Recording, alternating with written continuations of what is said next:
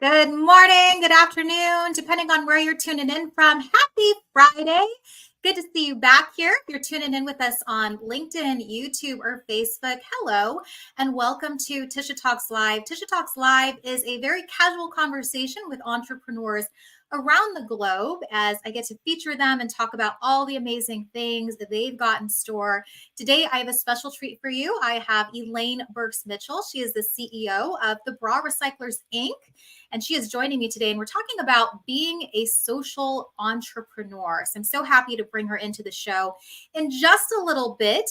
But before we get started, just to give you a couple of updates, we have a very special sponsor, Gateway Bank. So special shout out to James Christensen and team out there in Mesa. They also have a new location that I've heard of coming up in Phoenix. So if you're looking for a bank, especially here in the Phoenix metro area or in the East Valley, make sure to say hi to James and his staff. They'll take very good care of you. James is also a sponsor of a lot of other things that I do, including connecting through community events. Connecting through community events is an opportunity for me to bring the family, to get my friends and their kiddos involved as we do something good for the local community and supporting a local nonprofit. So coming up in December, in fact, we have two events. December 15th, we are doing a blood drive with the American Red Cross. And then December 16th, we are doing an event with an organization in Chandler where we are putting wreaths on veterans' sites. And so excited to be doing that. More details coming soon. But you know how we like to do it? We like to start off with a little bit of a dance party to get you going this Friday. So again, if you're tuning in live, great to have you.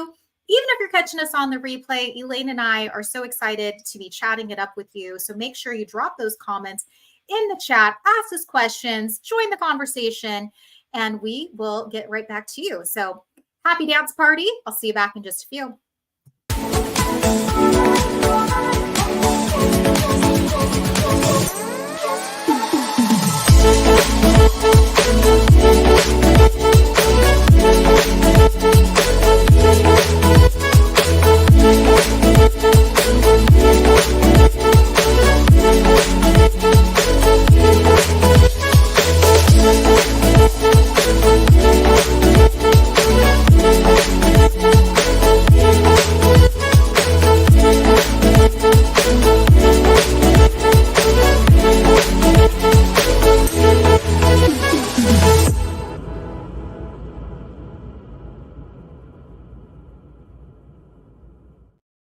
Welcome back. I hope you enjoyed that little dance party for this Friday. I'm having an actually very good Friday. You want to know why it's a really great Friday? I just met with my friend Christina for coffee. I went to Black Rock, which is one of my favorite coffee shops here in Arizona because they have decaf. Some of you guys know that I do not do caffeine very well. It makes me a little jittery, but went in and they said, you get a free coffee on us. Isn't that so awesome? Yeah, free coffee. Good time with a good friend. And yes, and then being on Tisha Talks Live this morning with you. So, all right, let's bring in my special guest. This is Elaine Birks-Mitchell. She is the CEO of the Bra Recyclers out here in Arizona. Welcome to the show, Elaine. Great to have you. Thank you. Thanks for having me, Tisha. This has been a long time coming, so this is exciting. So I always like to share how I meet my guests because some of them I haven't even met yet in person. But Elaine is one of those gals that I have gotten to meet several times. We're actually paired together for a local first good business summit where Thomas Barr asked, hey, Tisha, would you MC and moderate this panel with two amazing rock stars? And so I got to sit with Elaine Birks-Mitchell and Christopher Owens, who was my guest last Friday on Tisha Talks Live. And I felt like our conversation was not even close to being done. Did you feel like that, Elaine? I did. Well, I did. We're some talkers too, the three of us. So, it's like, oh my God, we definitely needed more time for sure. And we even had time even before, even to get to know me, kind of a pre-interview, so I could just get to know them before even meeting them on stage. And we're like, oh my gosh, this is just going to be so epic. And I felt like even after we got off the stage at Good Business Summit, people were coming up to me going, that was the best. I loved it. It made me cry. It made me laugh. So much emotion, so much knowledge. Like, I just love that. I love when people come to you after Yeah. you get off the stage and say how much of an impact they had, you had on them. That means you did your job well. You did your job well. Yeah. Hey, who can complain with that? I love it. Absolutely. Absolutely. Well, good. Well, again, if you are tuning into this live, we welcome comments. Tell us hello and where you're from and ask away. But we're going to get on with the show because I know today we're talking about being a social entrepreneur. And this is a subject that I've always wanted to just learn more about. I think you piqued my interest, Elaine, when we were on that live panel together. But I'd love to ask you this first question about like, what is social entrepreneurship in your words? Yeah, no, good question. And I get that question often because I tell people I am a social entrepreneur, and they're like, that kind of that head tilt, you get that. And I'm like, it's something that I had to explore too. When I was making the decision to start the bra recyclers, it's so purpose driven and purpose focused that many people just feel why isn't it a nonprofit? Mm-hmm. But again, I am one of those individuals that really believe in the social entrepreneur model that says that you can be a for-profit company and give back just as much as a nonprofit. And I think more for-profits need to do this. But what a social entrepreneur is that we see this opportunity or we see this problem or issue, and then we want to, of course, try to help solve it, but we use entrepreneur principles to help do that. So I think what has been interesting too over the last 5 to 10 years, what I've seen is that even more nonprofits are starting to think about that model. How can you make yourself self-efficient as a business or as an organization? So really, that's kind of what a social entrepreneur is, and in just real quick layman's terms. I feel in a way, Elaine, that like I love the word disruptor, and Absolutely. I know a good friend of mine, Christian, who came to my last Social Connect. She has in her title, or even just in her email, like the status quo breaker. Absolutely. And I almost feel, Elaine, that you are that. Like you represent that. Because I try to. It was very interesting when I decided to kind of go this route, because I knew there was this huge issue. One, just an issue with women and girls going into shelters, transitional programs, women who are uninsured with breast cancer and couldn't get supplies. But I also knew on the other side of it, from the recycling and sustainability side, that there's this horrible issue still going on, as we know, we'll call it fast fashion or whatever we want to call it, where we know that retailers were dumping things into the landfill or burning them. All of them could be brand new. So I knew that was a big issue. So I'm like, okay, here we have this issue, this social issue, but we also have this environmental issue. Right. How can we bring these together and solve for that? So yes, disruptor is a good word. I like that because it's a big challenge, when you take on something that's much bigger than yourself. And I think that's a way to define a social entrepreneur, is that we're trying to take on things we know that are much bigger than us, and we need people to come behind us and help us with that. So I'm not going to say it's easy. It's not easy because you're trying to run a business too, but you also first and foremost are trying to make that impact. That's just built into what we do, built into our mission, built into our vision, built into our operations. So that makes a big difference in terms of that focus too as a social entrepreneur. Well, and I like that you're really trying to educate other business owners, because again, I think the inclination is I want to do something good for the community. Right. And I see a need. But the only way I can do this is to become a nonprofit. I see so many people fall into that, and they're like, I don't even know how to do this. There's just so many other things that's what I love about what you've done with it, is you're like, okay, I can be a for-profit that gives like a nonprofit that helps. And yeah, I love that you're taking this different twist and spin on it. That's still very effective, still helps out the community, and helps all of these young girls and these women. And might I say, I mean, for those of you watching, even tuning into the replay, check out Elaine's office. She said she brought out the girls for me. Bring out more of the girls for you. Absolutely. These are decorated bras. I have tons of them, and I love bringing them out because, again, they tell stories. A lot of them have stories behind them, and so I love to bring them out because you can tell what industry I'm in. But Yes.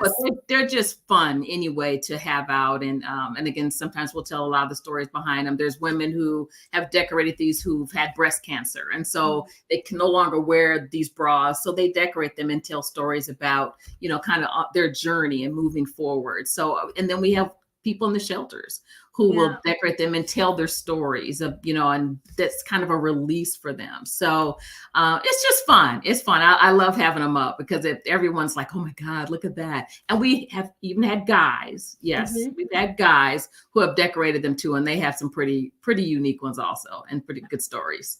Oh, yes. And if you saw earlier, even in my little dance video, Elaine, I am big into storytelling. In fact, I named one of Arizona's storytellers. And I love that you said that even a piece of clothing like bras have a story. They all have a story. And I love that even men are participating in this activity of sharing a story. It's really interesting. One of the ones I have on the wall back there, it's kind of a painted one. And a guy actually did that one. And it's hard to, I know you can't see it, but it has metal snake heads that he attached onto it. And it's like a Medusa.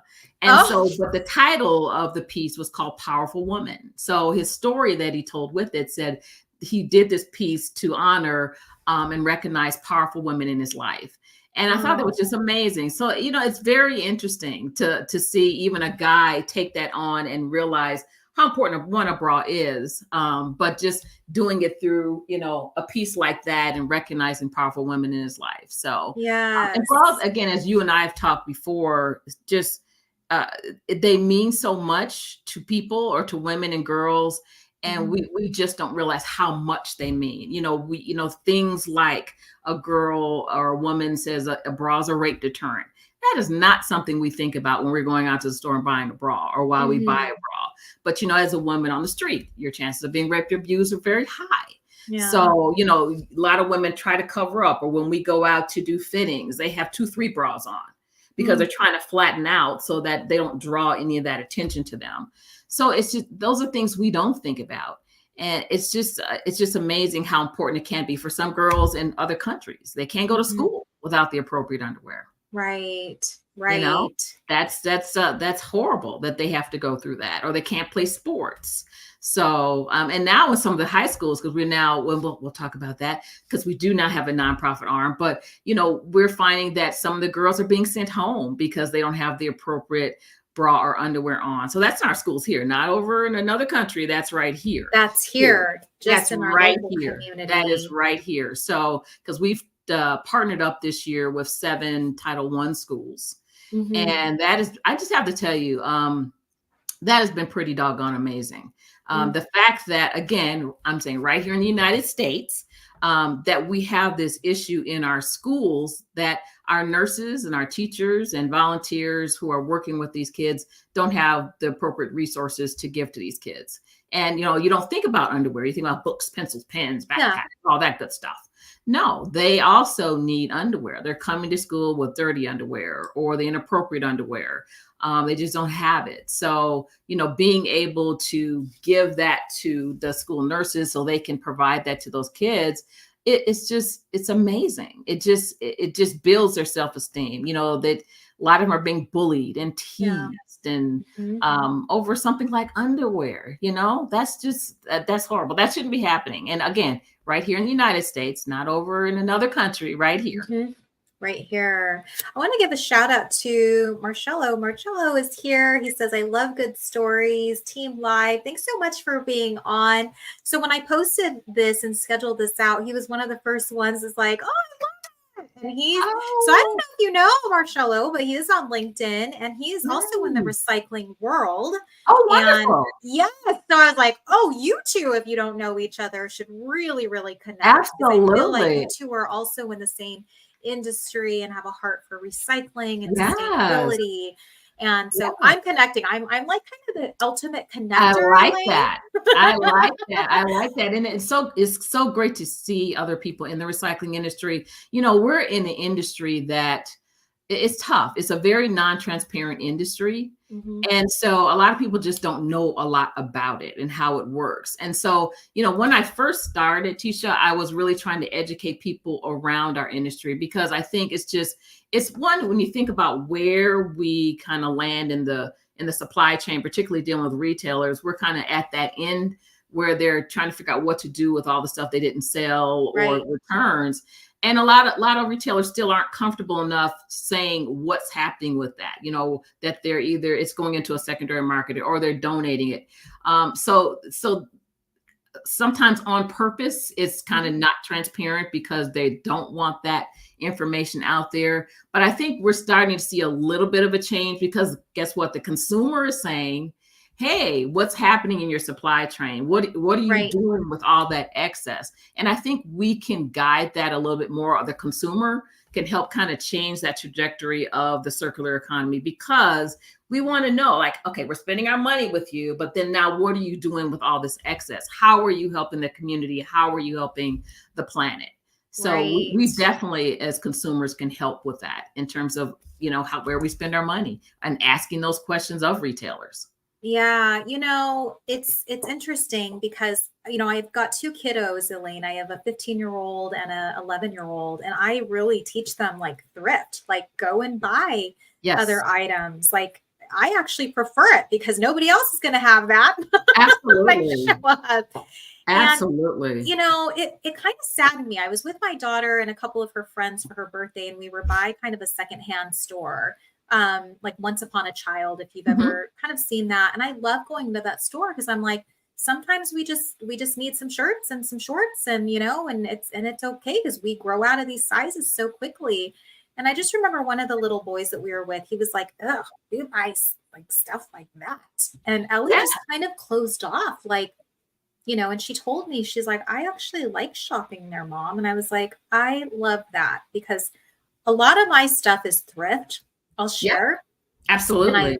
I love it because I've saved money. I've helped the environment. It didn't go to a landfill. I still get to make it look cute. Absolutely. I still get compliments on it. Like to me, it's not about how much you paid for it. It's about how you wear it. Right. And, It's a you mindset know, change that we all have to have. It it really is. is. It It is really is. a mindset. And It I'm is. grateful for friends who introduced me to secondhand and thrifting. And I was like, who cares? Like, who really Absolutely. cares? But I love that it's going back and people are being able to reuse it Right. and recycle it and so forth. Exactly. But And we also, yes. we work with, some of retailers too, in terms of we also partner up with a recycler who will Mhm. actually upcycle too. So that's Yeah. all part of that, that cycle that we wanted to make sure we offer too. So it can be destroyed. Now, bras are so hard to destroy, but we get people who send in things that don't have all the parts and pieces like a bra has, and they Mhm. can be upcycled into like one of the things we work with, they upcycle into stuffing for punching bags. So, or there's backing for carpets. So there's ways to pretty much dispose of most things. Yes. And we need to be in that mindset of that too. And again, reuse. We're very much focused on reuse and Right. extending that life of that piece of clothing, so it can help out someone else. I agree. I agree. Okay, so let's talk about, I want to just dive into your background because I Sure. know when we spoke, you're like, I went from this to this. And it's really not this linear path of what you were Not doing at all. before you got into the bra recyclers. So tell the audience, tell us, like, how did you start? Where were you like 20 years ago, Yeah, Elaine? yeah, yeah. So, like many entrepreneurs, I came out of the corporate environment. My background is primarily in project management, and business analysis and information technology. So I was in that for years. Actually, my career started out at IBM. Hmm. And so, so let me just say this: great experience to get all of that corporate, all of Yeah. the knowledge you can learn. You can take a lot from it. Got my master's through, the companies I worked for.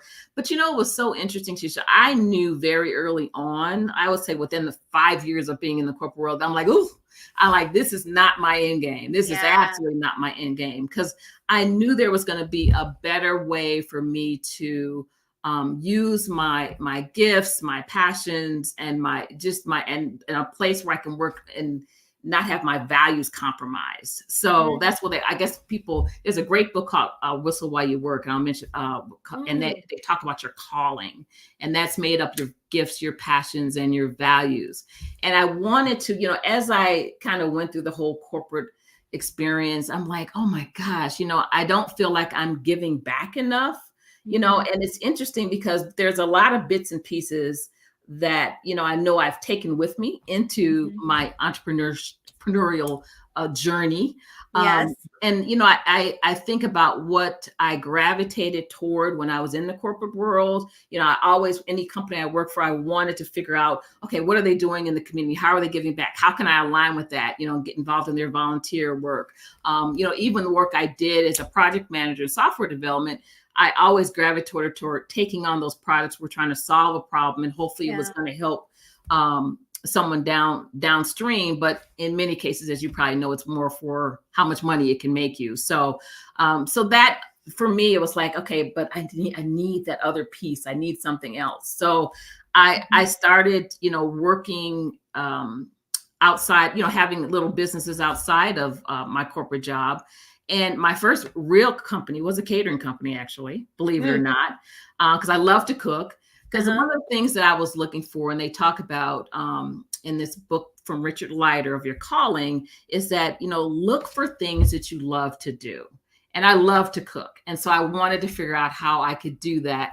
And of course, make some money from it. But I just love to do that outside of my work. So I did that for a while. It was a company called Grandma's Skillet in Minneapolis. I had a catering company, and I loved that. I loved doing that. A lot of work, but it was something that I loved to do. And then I kind of gravitated toward, okay, I was in the corporate world. Now, how can I, again, move a little bit more toward that calling of wanting to give back? What I always say is I wanted to make that my living from my giving. And I wanted to figure out how to do that more and still pay my bills. Because again, sometimes what we love to do and what pays the bills are two different things. Totally. Totally. Two different things. And, the whole goal is to get to a place where you can have those two mesh together really well, where you're making a living from your giving. So, I did go into consulting. I did that for many years with IT. And so before I went into this, the Bra Recyclers full time, I was doing IT consulting. And, that was, I love that too, because again, I was working with people to help solve problems. But again, that little piece wasn't there. That is like, I'm still not giving back enough. Because a lot of it, the projects you're on, you're doing it, of course, to make a profit. It wasn't really seeing the give back to the community or to the planet that I really wanted to see. Yeah, no, I love it. Okay, you mentioned quite a few things. I wrote some notes about the book and make a living for my giving. Very catchy. Very catchy. Well, I know that you've even had some challenges with even the Bra Recyclers and even your nonprofit, the Undie Chest. But tell us a little bit about what was one of the biggest challenges that you saw and how you overcame that? Yeah, one of the biggest challenges, of course, is being a social entrepreneur, because that it's interesting here in the United States. And when I talk to some of my counterparts over maybe like in Europe, people just don't understand that concept as much. They don't understand that doing good costs money. It's not free. Recycling is not free. You still have to do something with all that stuff. There's labor and that's involved with taking care of all that stuff that people give you and sorting. So that was one of the biggest hurdles. But when I first got into this, Tisha, this was an industry I knew nothing about. So I really had to learn it. And I would say it's an industry where people have been in it for years. I should say generations. So trying to break in and get information about, the textile recycling industry, it was difficult. It was very difficult. So I learned a lot, made a lot of mistakes, not going to lie, to try to figure out how to create a model that was, again, incorporating the social impact side, but also the environmental impact side. And then trying to sell that, selling that to companies, because many corporations only want to deal with a nonprofit. So that's the model and mindset that they know. Right. So that was very challenging. A lot of them didn't care because, again, they were just writing off their goods as, damaged goods anyway. But then you Yeah. have ones, of course, they want to write the full retail value off. So that was very challenging. And I think what has helped is, we've gotten such great support from consumers, just regular consumers. And we've actually met some of our B2B contacts through just, consumers or customers that are recycling, and then they tell their companies. So that has been great to at least have that support. But we definitely want to get more companies on. Where I don't think we've just touched the surface of what we can do with many of these companies. So one of the challenges, of course, the companies, want to be, only work for nonprofits. So for years, as you know, I was like, I am not going to do it. I am not going to do it. So we decided to start a nonprofit arm, and there were for a couple of reasons we did that. So one, we definitely wanted to, attract some of those companies that wanted to only work with a nonprofit. Right. But even bigger than that for me was we wanted to start really working with the entire family, and we wanted to work with schools. That is something, Tisha, I cannot take that on myself. That's a bigger issue. About 2 years ago when a teacher did reach out to me, about an issue with a student and a girl who wanted to damage her breast, I'm like, oh my goodness, we need to start early on giving these kids what they need. And we wanted to also work with men and boys because they need it too. Yes, so they do. That's why we started the Undie Chest, which is our nonprofit arm, because we wanted to expand what we were doing. And I wanted to really have a focus on that philanthropic side. So it was like, okay, we need to go after more organizations. We need to get help with this. I cannot do this myself. We literally, when we launched the Undie Chest and we were partnering with the School Nurses Association, we contacted them. Hey, here's what we're going to do. They were like, I had to turn the faucet off. They're like, okay, if you tell everybody about this, you better be ready. They said, because there is so much need with these schools that, you need to be ready to supply underwear to all these schools. I'm like, well, we can't do that. I mean, we can only take on so many. It's just the need is so high. So, I mean, literally, she was going to have me come talk to the School Nurses Association. She's like, I'm not going to have you do that because you will need to be able to say, I can help everybody in that room. I'm like, well, there's no way I can say that. Right. So that was another reason we wanted to start that arm, because again, we need everybody's help besides corporations, individuals, because now we need monetary help to help in terms of those programs. So that's one of the reasons we did the nonprofit arm. The other huge challenge that it's not just me, I know other companies, is just getting good workers. So I know that's not just a social entrepreneur thing. Yeah, you're right. It's everybody. Everybody. But, as a social entrepreneur, I definitely, I think, take a different mindset when I think about how I'm going to build the business and how I'm going to still make an impact. So, we made a decision to seek out 2 local organizations here in the Phoenix area that work with people with disabilities, because we were having a very tough time finding people to work. Our industry is very labor intensive. There's a lot of sorting they have to be done. It's a very labor intensive industry. And so we work with 2 local organizations that work with people with disabilities, and they do a lot of our sorting. They're being taught how to work in the warehouse and how to do shipping. So we work with them to do all that for us. And it is, I just cannot tell you, it is just an amazing partnership. It feels so good when you go and just see them just happy to be there, happy to be productive citizens and giving back to their community. Because they don't want to sit at home or sit in the institution. They want to be out working and giving back too. So that has been phenomenal. So it's interesting because now our mission kind of widened. We broadened it out to say that is part of our mission, that we want to give back to people who can't work in a normal work environment. So that is part of our goal, and that's part of what we do. So again, as a social entrepreneur, I'm always thinking about those pieces too.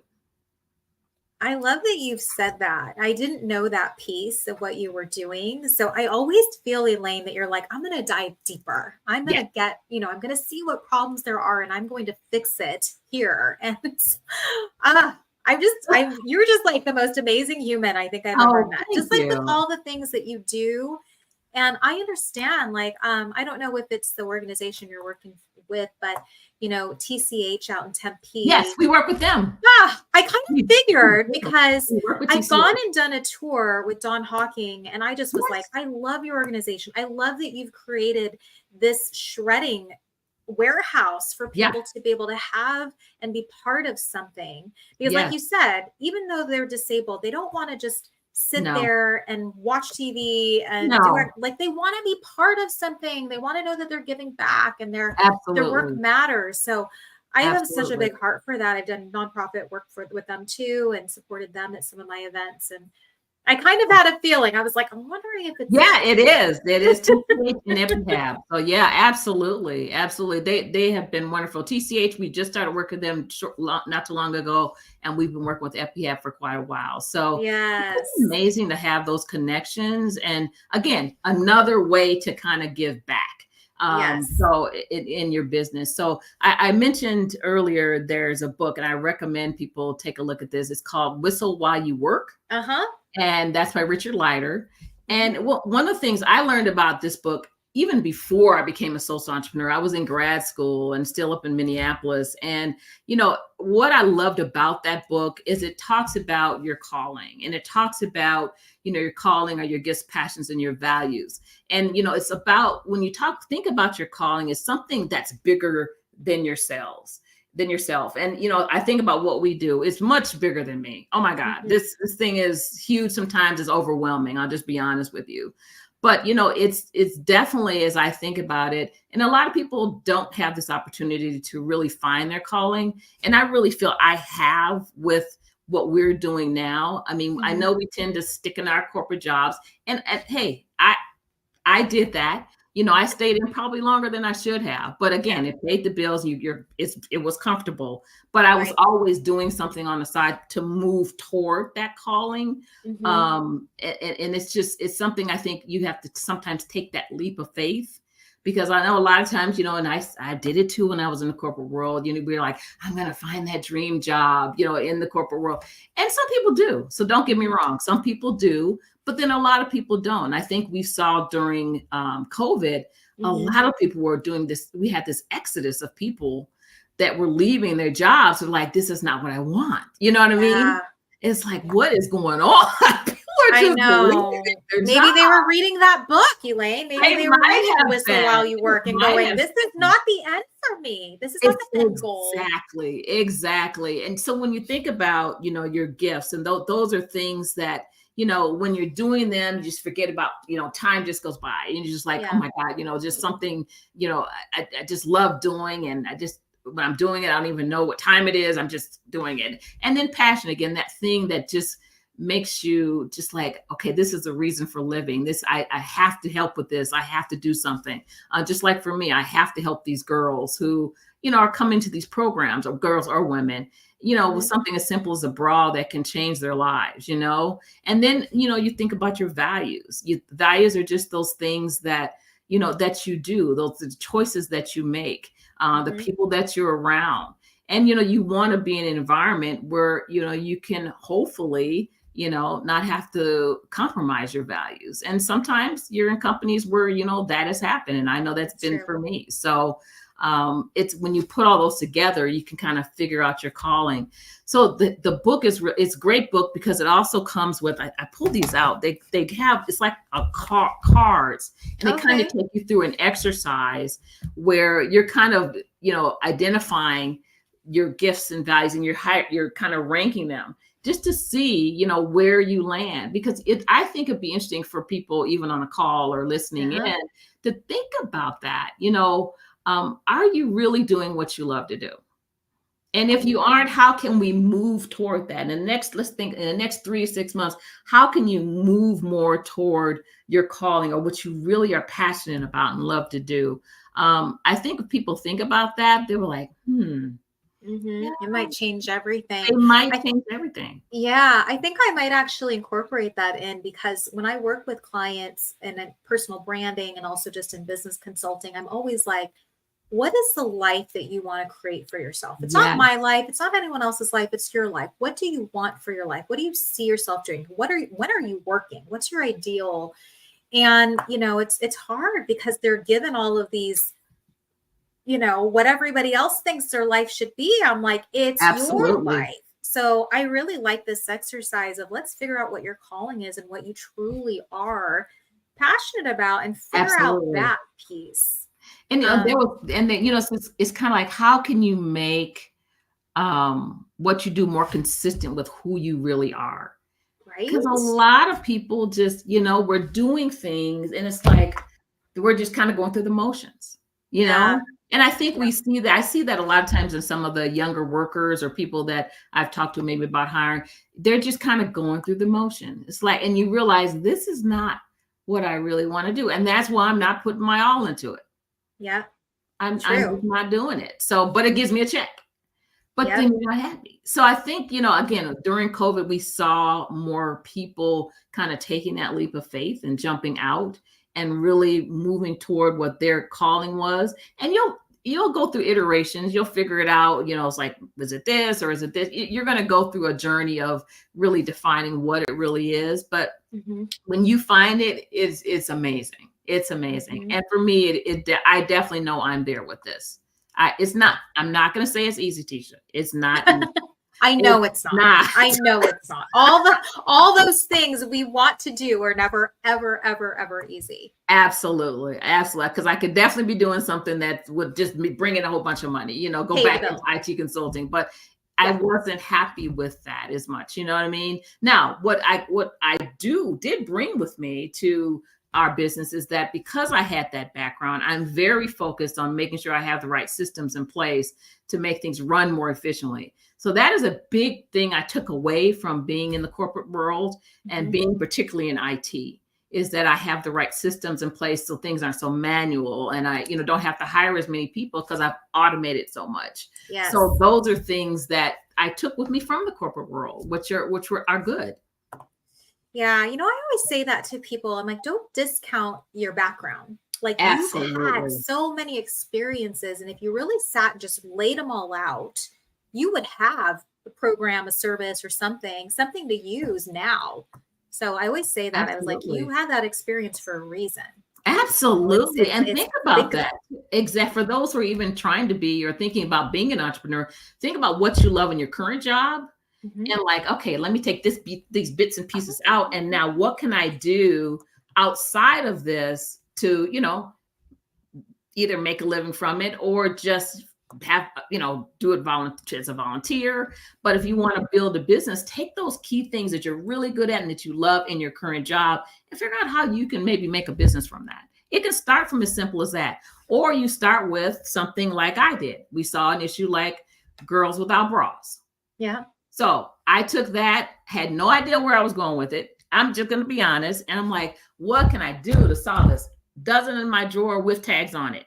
Okay, I'm going to give those, but that's just one dozen. That's just a dozen. So how can I make this bigger? What can I do? So it was started that simple. And I just started writing things down in terms of, okay, now how can I make this bigger? That means I need to get bras from probably retailers who I know are throwing them away, which means I need to go research this textile recycling industry to understand the full life cycle of, of clothing. So it just started that way for me and I just ran with it. But again, I did not know where it was going to go. I'm just going to be honest. I started though just with that need and that issue or opportunity, and then had to make that develop into a business. Yeah, it's so true. And you hit on so many things just in that. So in StreamYard, I love that they added this feature, Elaine, because I'm like, beep. So one thing they added, for those of you who use StreamYard, another new little feature besides letting your guests live stream to their audience is that you have markers. So if your guest says something cool, hit the B and it's like marker save. So I probably have about 20 markers just in our conversation. Yay! Like, that's so good. This will allow I work. Okay, I'm gonna go ahead and hit that too. So, I love it. You hit on a couple things, and we are so over time, but I hope you don't mind because it is I'm good. You were like, girl, I'm good. Like, I think you and I could just talk for hours. We haven't even gotten to your shameless plug yet because I'm just really involved with like all the things that Elaine is doing in this community. But you said so many great points about just starting, like you going through even just your bra drawer and going, okay, this is one thing I can do to help this cause. Yep. But the other thing was like, look at your skill sets and look at how this translates into something. I know I was there with COVID because my business literally in the toilet. And I was like, well, what do I have to work with? And what can I use? And how can I start? And it really was asking if I could be a virtual webinar speaker because everything became virtual. And I was like, well, I know I've had to go through my own personal brand experience. I know I can help people with this and I can help them because I'm already 10 steps ahead. And so it honestly is what saved me during that time is how can I help the next person that needs to go through this? And it became very much a big part of my business until other things kept coming back in, like events, like speaking, like these things that I was already doing when COVID hit. So that's what I want to share with people is you said something so profound of look at what you've already got and create from that. Absolutely. You don't have to reinvent. You just have to look at what you already have. Absolutely. Figure it out from there. And I love what you said too, in terms of looking at your skill set. And, we've had like COVID was a great time where a lot of people had to pivot. Yes. So for us, we had a huge pivot because we have drop-off locations around the country for, to drop off. Well, guess what happened during COVID? Everything closed. Yes. So I was like, what the hell? Where do you drop off? Oh my God. So that was like, okay, this pivot had to happen. So this is again where background in IT came in. Like, okay, we need to take everything online. How can we still get people to recycle because they don't have a drop off to go to, but we need to get them to recycle. So again, we went and we started from a system standpoint, like, okay, I need to create this link in this form where we can get people, these retailers and their customers to still send it in to us. And they fill out the form and then we send them a discount code to go back online to buy. So it was a win-win for everybody. So, but again, systematically, I'm like, oh, I got to think real quick. How are we going to, so it was, but I mean, again, you're right. We had to pivot, but using the skills that you got from either the corporate world or wherever you got it from, like, okay, how can I use that to help me pivot and to continue making this business grow? So totally agree with you on that. Totally agree. Totally. Yeah, I love it. All right. So in the time we have, tell us, I know you have some fundraisers coming up and what's coming up for you. I do. So I told you about, we have our nonprofit arm, the undiechest.org. And so November, so a couple things we're doing for November. November is also, I think people don't realize November is Men's Health Awareness Month. And, we want to start, giving some kudos to our guys and they need help too. And that was one of the reasons why we're expanding, to support the entire family. So Men's Health Awareness Month, we want you guys to make sure that we will also take new men's underwear. And so that's something that we want to get the word out about because we want to make sure a lot of times when we go to the shelters, even though a lot of them are women's shelters, they might have a son or they have a partner or a husband and we're giving underwear to just the women or the girls. We're like, we need to give it to the entire family. And another spark for us was that we had done an event and the men were, the men were willing to take the women's underwear. We're like, oh no, we can't have that. But we let them take it, but we're like, we've got to do something about that. We need to start doing men's underwear. So we're trying to get the word out during November about Men's Health Awareness Month and getting people to recycle and or donate new men's underwear. But Giving Tuesday is coming, you guys. So starting November 28th, Giving Tuesday is coming. We want to be your nonprofit of choice that you donate to. So we're going to run a campaign during Giving Tuesday called the 12 Days of Undie Giving. And so we were trying to raise $12,000. And, this will go toward helping us with, either purchasing underwear and or again, helping to pay for getting jobs for our folks who have the skill set, who have disabilities, who help do our sorting. Again, giving is not free, so we still have to pay for those services. But we really want to expand and be able to get underwear for our schools. So a lot of that money will be used for that program too, our Everyone Deserves Underwear program, our EDU program.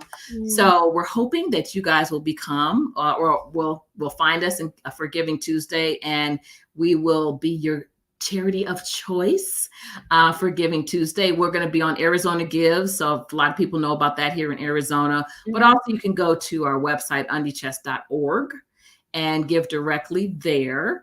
And we'd really appreciate it. I mean, we want to do big things. We have 7 schools right now, for example, that we're supporting. We want to do a total of 12 in 2024.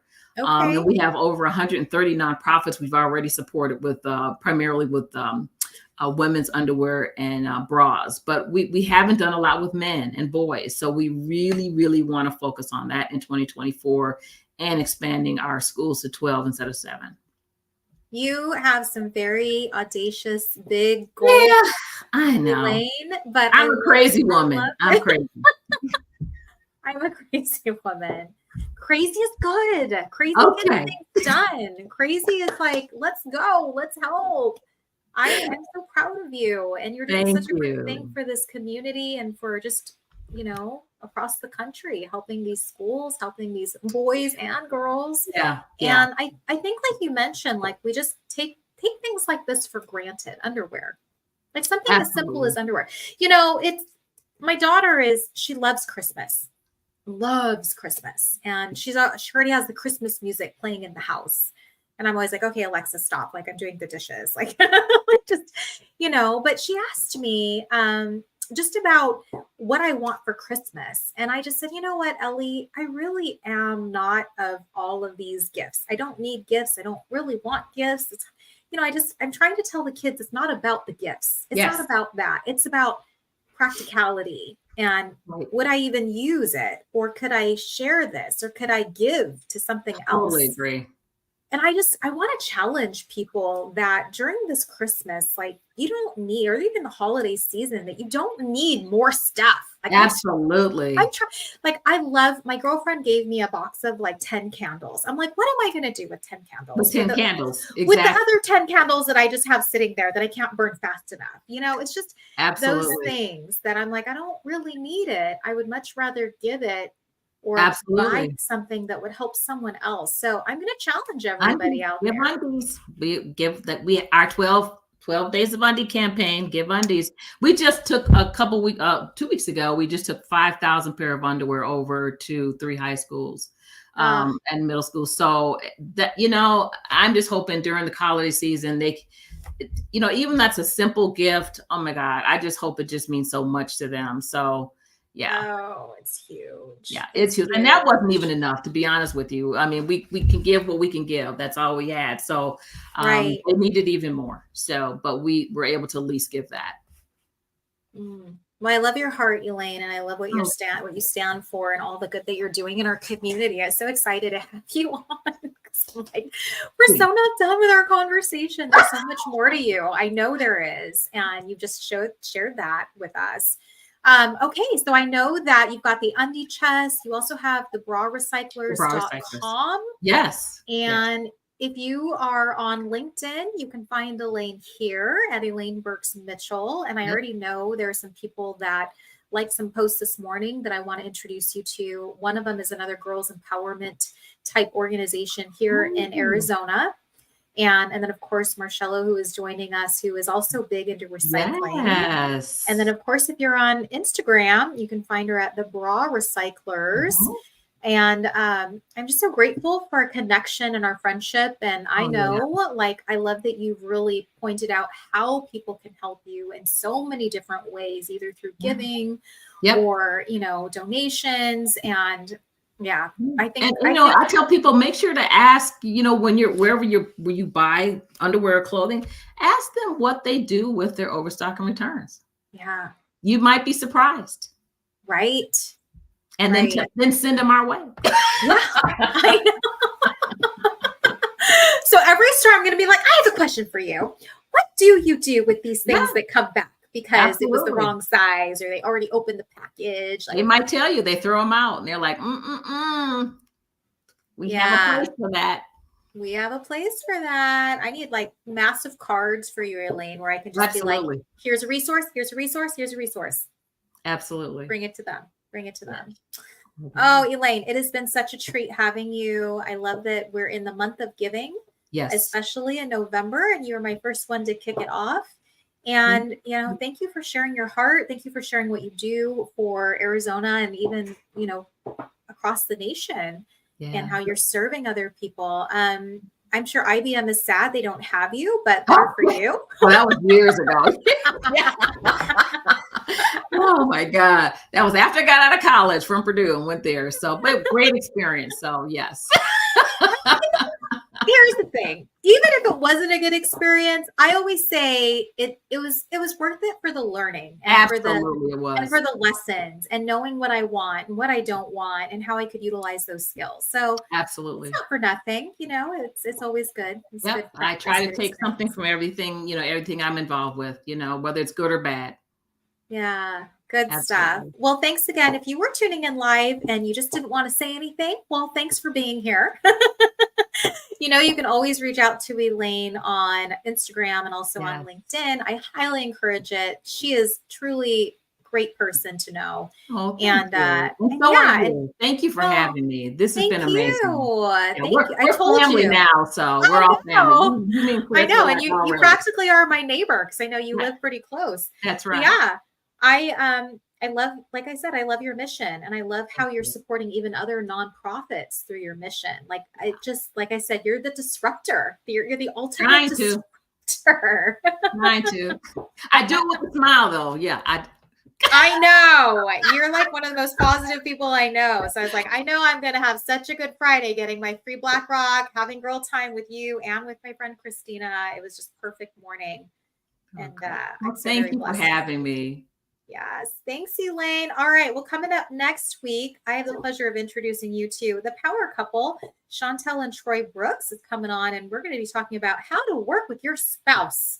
So I need that one. Yeah. If you work with your spouse, they actually have, Elaine, I think they just kicked it off, like a marriage challenge about walking with your spouse, getting exercise, and doing like a health and wellness challenge. So very excited to chat with them. I do not work with my spouse. Maybe in the future. I do. So I know you do. I know you do. So that'll be our next topic on November 10th, 10:45 again.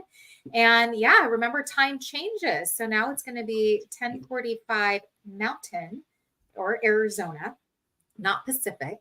And we'll catch you back next Friday. But thanks again for being on with us. You're such a pleasure being here. And Elaine, thanks again. Thank you. We'll catch you back next week. Have a great Friday. Happy weekend, everyone. And I'll see you later.